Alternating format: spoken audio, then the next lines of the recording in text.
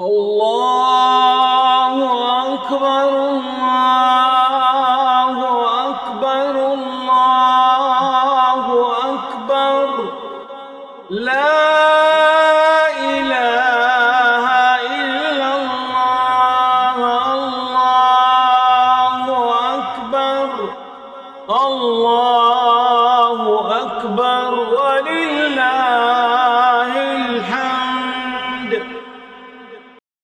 بسم الله الرحمن الرحيم. الحمد لله رب العالمين، والصلاة والسلام على سيدنا ونبينا محمد وعلى آله وأصحابه أجمعين. السلام عليكم ورحمة الله وبركاته.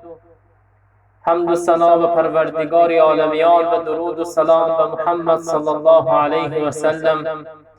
برادران و خواهران، یکی از نعمتهای بزرگ الله به ما این است که عمرهای ما را کوتاه گردانید، ولی بر عوض آن به ما روزها و موسمهای خیرات را عطا کرد. خیلی که می‌دانیم امتهای پیشینه عمرهای دراز داشتند، از این خاطر در عمر دراز خود اجر و ثواب زیادی را حاصل کرده می‌توانستند. یکی از بزرگترین روزها و موسم‌های خیرات را استقبال و پیشواز گرفته ایستاده‌ایم که آن دهه اول ذوالحجه می باشد. باید این روزهای پربرکت را غنیمت گرفته آن را به عبادت گذرانیم. پیامبر صلی الله علیه و سلم می فرمایند: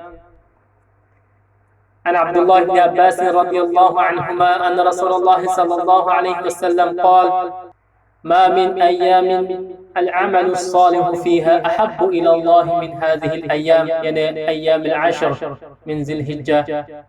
قالوا يا رسول الله ولا الجهاد في سبيل الله؟ قال: ولا جهاد في سبيل الله إلا رجل خرج بنفسه وماله ثم لم يرجع من ذلك بشيء. پیامبر صلی الله علیه و سلم میگویند در ایام سال یگان روزی نیست که عملهای صالح آن از عملهای این روزها، یعنی دهه ذوالحجه، بهتر باشد. دهه ذوالحجه این بهترین و افضلترین روز سال است. صحابگان پس بعد این سخن پیامبر صلی الله علیه و سلم پرسیدند: حتی جهاد هم از این عملها بهتر نیست؟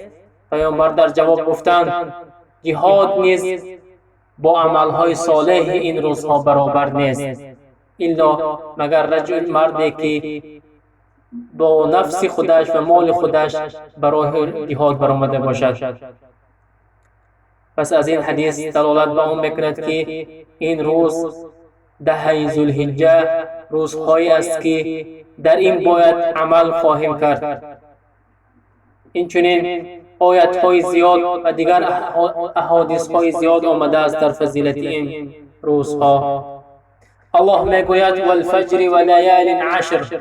سوره فجر به تفسیر این به ابن کثیر میگویند مقصد از این دهه ذوالحجه است، یعنی خداوند در این آیت به 10 روز قسم یاد کرده است که مقصد آن 10 روز همان 10 روز ماه ذوالحجه باشد. و اینچنین دیگر آیات آمده است که الله میگوید: و یذکر اسم الله فی ایام معلومات، یعنی و یاد کنید نام خدا را در چند روزهای دانسته شده.